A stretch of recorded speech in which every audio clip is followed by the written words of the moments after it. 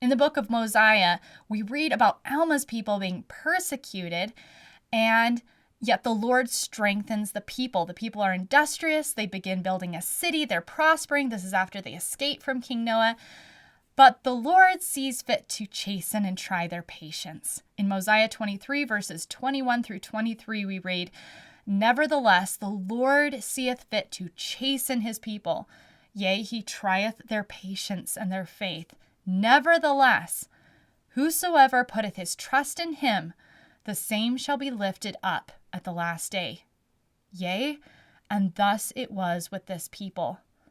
For behold, I will show unto you that they were brought into bondage, and none could deliver them, but the Lord their God, yea, even the God of Abraham and Isaac and of Jacob." End quote. Alma's people are surrounded and taken captive by Lamanite armies. But the Lord softens the heart of these armies so that the people are not destroyed, but they are taken into captivity. And interestingly, in the midst of this captivity, who does the worst persecution? It's not the Lamanite guards. Funny enough, it's Amulon and his priests. Now, who is Amulon and his priests? Amulon and his priests are some of the wicked priests of King Noah that Alma used to know and are now showing back up in the picture, of course, doing what apostates do best, persecuting the righteous. And that's what we see. The heaviest persecution against Alma and his people comes from Amulon and his priests. But the Lord strengthens the people of Alma in the midst of their persecution. He lightens their burdens. He doesn't take it completely away because of this process of growth and building and trying their patience and their faith, but he supports and helps them through it, which is in stark contrast to the suffering that Limhi and his people had to go through. In a very similar way, the Latter-day Saints were also driven from their homes like Alma's people. They completely left the United States. They came out west, they were led here by God and called to settle Deseret, and they began to prosper. Well, 10 years after they were beginning to build out here in the Rocky Mountains, the United States of America ordered 2,500 soldiers to mob, plunder, and subjugate them. We are fast approaching dire circumstances. The President of the United States, James Buchanan, having received false and ruinous reports of sedition and treason by this people, has ordered troops from the United States Army to march to our beloved territory to put down this supposed insurrection.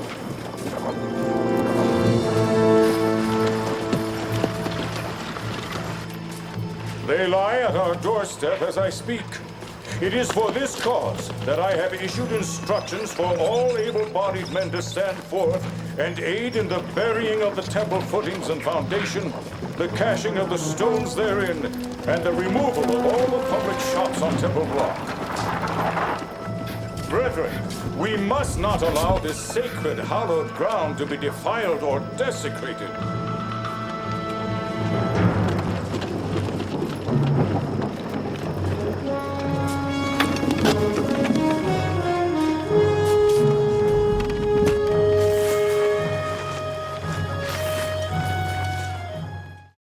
The reason for this army coming out was that enemies had been spreading lies and rumors about them back east. They told these lurid stories about the Mormons gloating in sin and violence in the wilds of Utah. They said they're kidnapping women, they're building these harems. And there was a letter published in 1857 that made this outlandish claim.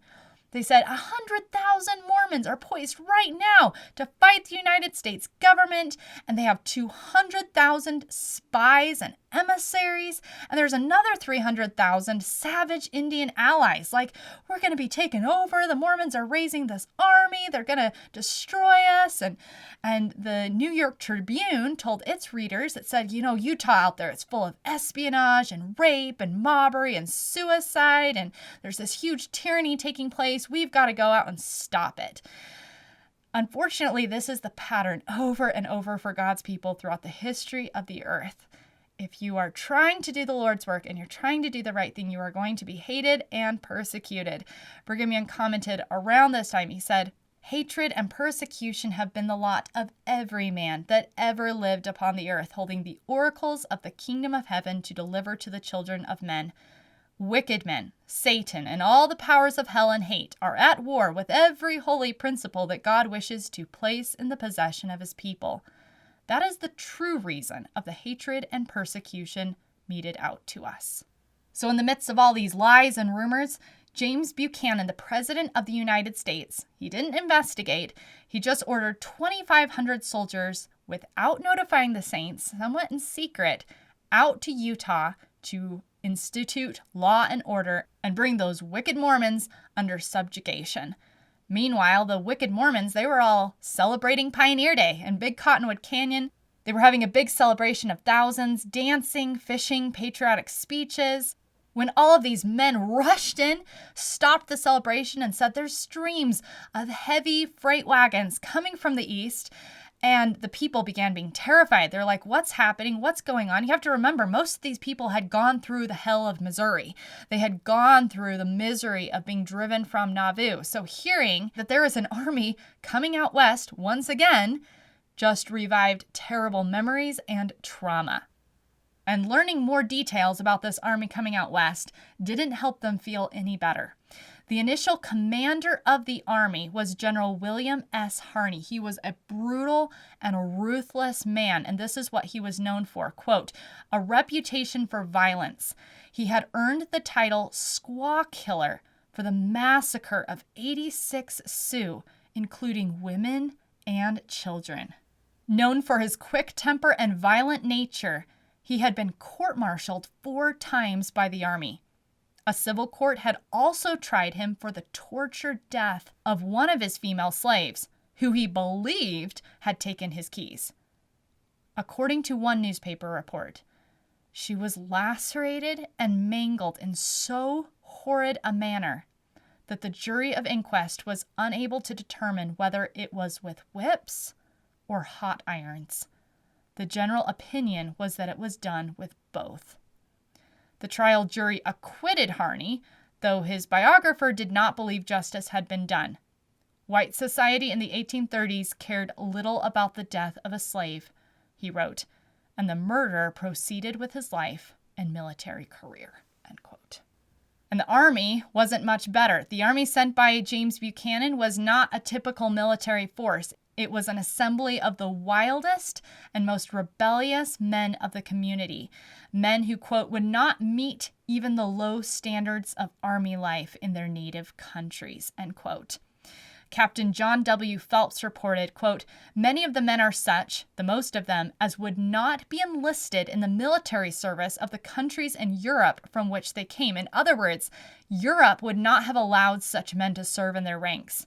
But they were used by the United States Army to come and persecute the saints. They would sell their best article of clothing for liquor, though they have reflection enough to know that they will suffer from bitter cold in consequence, end quote. The teamsters and the wagon masters of the army were even worse. They were composed of infamous raiders, outlaws, gunslingers, literally the scum of the Western citizens, who were just very excited to come out west and indulge in rape and plunder without any law, order, or restraint. Sending this army out cost the United States $6 to $10 million, and the saints were terrified. And they began looking for another option. Where could they go? Could they go to Mexico? Could they go to another country? Could they go north? Where could they go? And they realized pretty quickly there was nowhere to go. They were stuck, and they had no other options but to turn to the Lord. George A. Smith, who was Joseph Smith's cousin, said, we must trust in God, for if we trust in anyone else, we shall find ourselves the losers. If we trust in God, he will give us power over our enemies. And there were many leaders at the time who at the same time began urging the saints to remember forgiveness and to remember to keep the spirit. Because you have to remember, many of them had literally seen their mothers or sisters raped, children murdered, their homes destroyed in Missouri at Haun's Mill and other locations, and many of them were angry. But others chose to forgive. Some didn't. This is where the history and the tragedy of the Mountain Meadows Massacre comes from, a story for another time. But the majority of the saints decided to trust in God. They would defend themselves. For as Joseph Smith had said, quote, "There is one principle which is eternal. It is the duty of all men to protect their lives and the lives of their household whenever necessity requires, and no power has a right to forbid it." End quote. Just as Alma rallied his people together and counseled them to have faith and to trust in the Lord, the leaders of the pioneers also began rallying the people together and counseling them to keep the spirit, to forgive, but at the same time, they were going to defend themselves. They were not going to allow a repeat of the horrors of Missouri, and that if they put trust in God, God would deliver them. Brigham Young, after the Utah War, made a comment. He said, "I do not feel opposed to an individual on the earth. I have not any enmity in my heart, or at least I should not have. If I have, I am thus far wrong. If we harbor vindictiveness, hatred, malice, and a spirit that produces evil within us, we are so far given up to the power of evil." End quote. John Henry Smith, who was a cousin to the prophet Joseph Smith, counseled the saints, quote, "Have you any feelings of hatred in your heart toward those who delight in persecuting and oppressing you? If they were hungry and it was in my power, I would feed them. I desire not to bear malice or hatred towards any of the children of my heavenly Father. We must fight the battles of truth with a desire for the ascendancy of truth and not for personal gratification. I hate the misdeeds of men, especially when they are aimed at the liberty of their fellows, but I hate none of the sons and daughters of God. I would bless them and do anything in my power for their good. But I would not yield my soul into their keeping or turn traitor to the principles of my faith for the satisfaction of any living being." End quote. With this call to remember the teachings of the gospel and to have faith in the Lord, again, very similar to the same emotion and message that Alma was giving to his people, the Latter-day Saints began coming in and trying to assemble in Utah, kind of group together to prepare for this army coming. The saints at this time had spread to California and other locations, but many of them left their homes and they lost a lot of property to come in. Jefferson Hunt was one of my ancestors who was called to come back, and he had a mill that was worth $25,000. But to answer the call of Brigham Young to come back and to help the saints in preparing for this Utah War, he sold it for $2,500 and never regained that property again. The approach that Brigham Young took with the saints was to fight a defensive warfare, but to spare as much life as possible. So they buried the temple. Many of them headed to Provo and other settlements so that when the army arrived in Salt Lake, there would be no one there to rape. And they decided if they come, we're going to burn the city before they can desecrate it or take over and really conquer this territory. And then they resorted to using guerrilla tactics.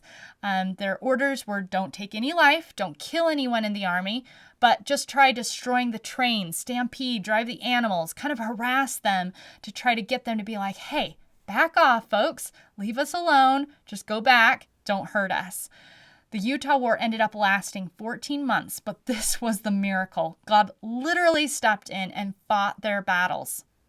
In 14 months, the war was over, but not one soldier was killed in a combat setting, not one life lost. The New York Herald put out an announcement that the sum of the Utah War was killed, none, wounded, none, fooled, everybody. And of course, the newspaper there was speaking of the fact that the United States had rallied this huge army of violent soldiers and teamsters to go out and suppress this rebellion. And then they came out and found out the whole thing was a farce. It's just a little humorous there. But a Latter-day Saint commented on July 21st, 1858, just commenting on everything that had taken place, quote, "All things work together for good to those who keep the commandments. We have had our fears and apprehensions that the wickedness and folly of the Gentiles might cause some trouble, and earnestly have they striven to get up a row. But nevertheless, the Lord has overruled everything, and their madness has been restrained. Nothing but the directions of the Lord could have piloted President Young through the shoals and quicksands that have beset his voyage through the sea of life during the last 12 months.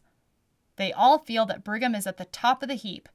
Mormonism is not considered either as wiped out or wounded." End quote. So what do we learn from this story? What can we learn from the people of Alma, as well as the Latter-day Saints that have a corresponding parallel in our own day? The first is that in this life, sadly, the righteous will be persecuted. Again, as Mosiah 23:21-23 says, the Lord sees fit to chasten his people. He tries our patience and our faith. But whosoever puts his trust in him, the same shall be lifted up at the last day. Yea, and thus it was with this people. Yes, thus it was with the people of Alma, and thus it was with our pioneer forefathers and foremothers during the Utah War. They put their trust in the Lord, and the Lord did protect and preserve them. They fought a war without fighting a war. As Mormon beautifully says, "I will show unto you that they were brought into bondage, and none could deliver them but the Lord their God, yea, even the God of Abraham and Isaac and of Jacob." End quote. In our day, we will face persecution. We will face trials. We may face hardships in the future. But if we put our trust in the Lord will fight those battles for us. The second lesson that we can learn is that God always steps in to help us through our trials, to ease the burdens so that we can get through it. The Lord fought those battles for Alma's people. In Mosiah 24:14, he eased the burdens which were put on their shoulders so that they could not feel them upon their backs. I don't think this means that it was easy and they loved being in captivity, but they were able to endure and they were able to grow from the experience, and they were not conquered and they were not crushed. The Lord told Alma's people, "This will I do, that ye may stand as witnesses for me hereafter, and that ye may know of a surety that I, the Lord God, do visit my people in their afflictions." End quote. This is one of my favorite verses because I have literally seen this fulfilled in my own life. I remember reading this verse during a particularly difficult time, during some trials that our family was going through. And I just felt this promise. It was like the Lord was like, "I will ease the burdens. I'm not going to take them completely off because I am causing you to grow. I'm perfecting your faith. I'm teaching you so much through this experience, but I will ease those burdens." And those burdens were eased. I have gone through circumstances and hard trials where I thought, this should be even harder than it is. Why am I not feeling more? And just knowing it was the Lord intervening as I turned to him, he stepped in to help carry that burden. I can bear testimony of this. And if you have not experienced this in your life, if you ask the Lord, I know that he can do this for you as he did for Alma's people and as he has done for so many others. One of the powerful things in experiences that I have had, hard experiences in my own life, is that I have seen God work good through it. And that is what he did for Alma's people. There's a beautiful verse in Mosiah chapter 25, verse 12, that speaks of some of Amulon's children. Remember who Amulon was? That wicked priest of King Noah. Amulon and his priests, they were the ones that were persecuting Alma and his people and hating them and causing misery in their lives. And yet, in Mosiah 25:12, we read, quote, "And it came to pass that those who were the children of Amulon and his brethren, who had taken to wife the daughters of the Lamanites, were displeased with the conduct of their fathers, and they would no longer be called by the names of their fathers. Therefore they took upon themselves the name of Nephi, that they might be called the children of Nephi, and be numbered among those who were called Nephites." End quote. This is one of the most beautiful parts of Alma's story, because those children at one time were the persecutors. It speaks in the Book of Mormon when Alma and his people were in captivity that it was not just Alma and his priests who were persecuting Alma and his people, but Amulon taught his children to persecute Alma and his people too, and they did so. And yet something about how Alma and his people responded, something about their faith, something about their deliverance, something about their example reached the hearts of some of those children And apparently, according to this verse, they converted, they abandoned their wicked heritage, they abandoned their wicked families, and came and took upon themselves the name of Nephi, took upon themselves the covenants of the Lord, and received new life and new hope. And that is the power of God's plan. Sometimes God can take the darkest situations, the hardest trials, things that just do not seem fair, and he uses them to bring redemption if we can endure those trials with the right heart and in the right way. The message of this lesson is, how will we respond? How will you respond when persecution comes? Will we have forgiveness? Will we have the Spirit? Will we be able to cheerfully bear our burdens? Or will we have to be chastened and scourged like some of King Noah's people? Do you want the results of Alma, or do you want the results of Limhi? Do you want the results and the miracles that Brigham Young and the pioneers experienced during the Utah War? Or do you want the results and consequences that fell on the United States of America during the Civil War? The choice is ours. The power is in our hands. It doesn't mean life will be easy, but God will deliver us, the God of Abraham, the God of Isaac, and of Jacob.